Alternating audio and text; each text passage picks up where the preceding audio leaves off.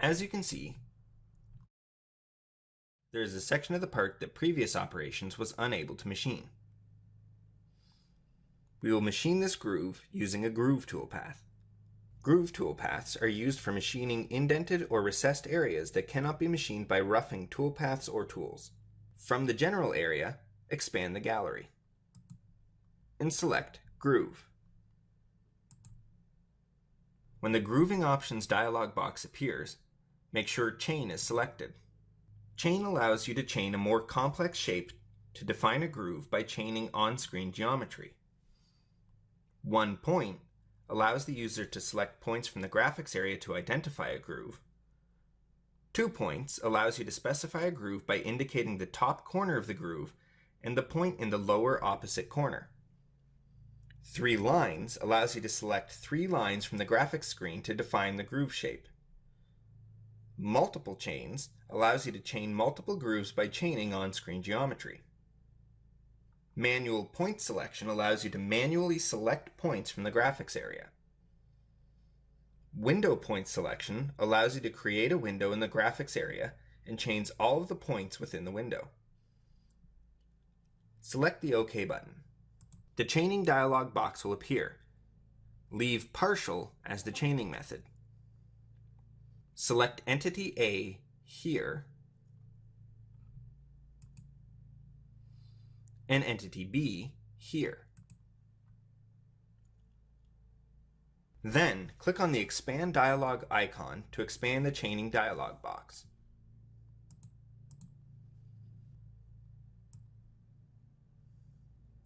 The chaining dialog box will appear as shown. Select the Dynamic button to change the start point of the contour. This allows you to move the starter end of a selected chain to any position along an entity without restricting the start end to an entity endpoint. Select the green start arrow.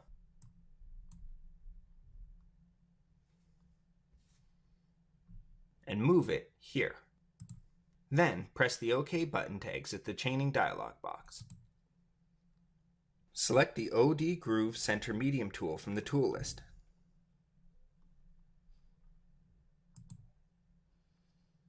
Then right-click on the tool and select Edit Tool. On the Inserts page, change the style to Single End Radius. In the Insert Thickness to 0.188. In the Insert Geometry section, change value B to 0.08 and value A to 0.1. You should change the B value first because the A value should always be less than twice the B value. Select the Holders page and change the shank cross section to 0.188 and change the values in the holder geometry. B6, A1, C1, D 0.1, and E45. Select the Parameters page, change the tool name to Round Groove Rad 0.08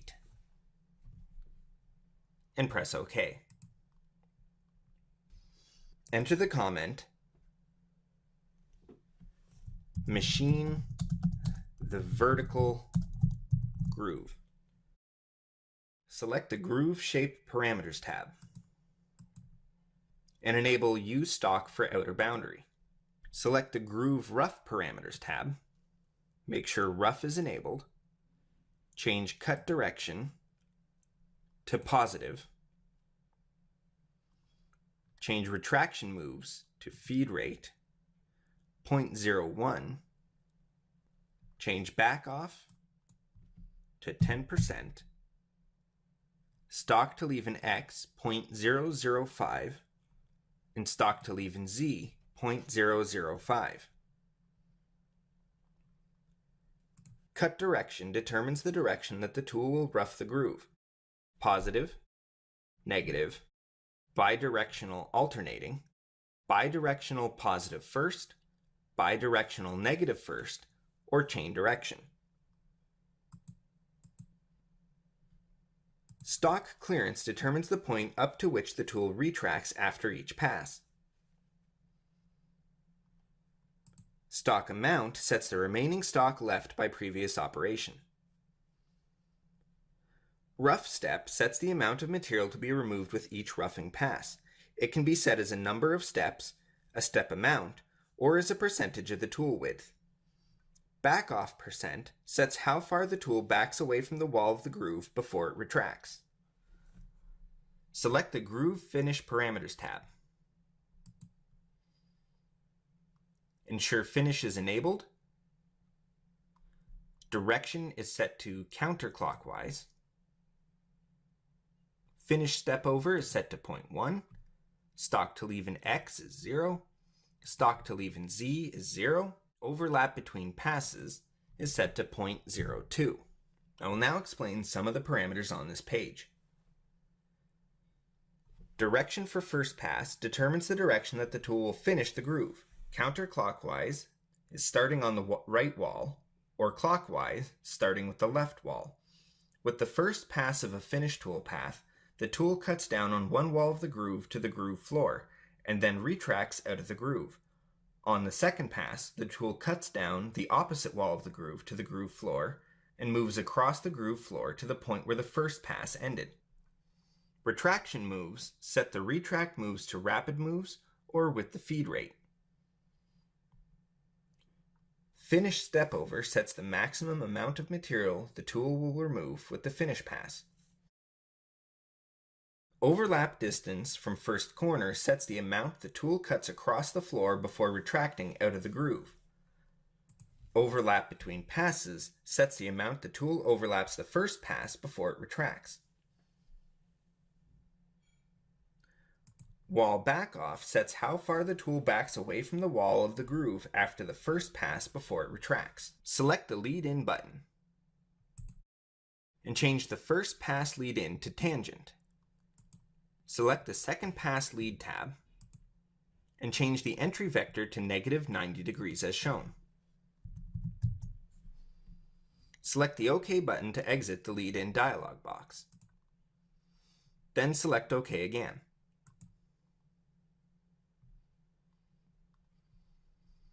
And backplot your operation.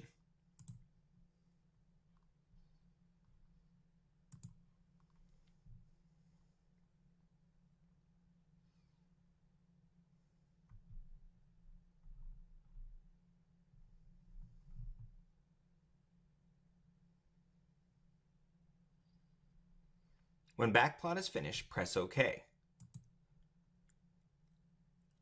Select all operations and click Verify. Change your view to isometric and fit to screen. Then press play.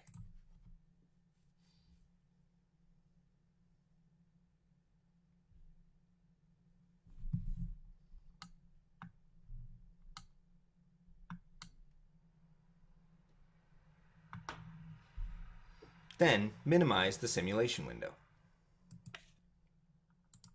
Set the view to top and fit screen. Then save your work.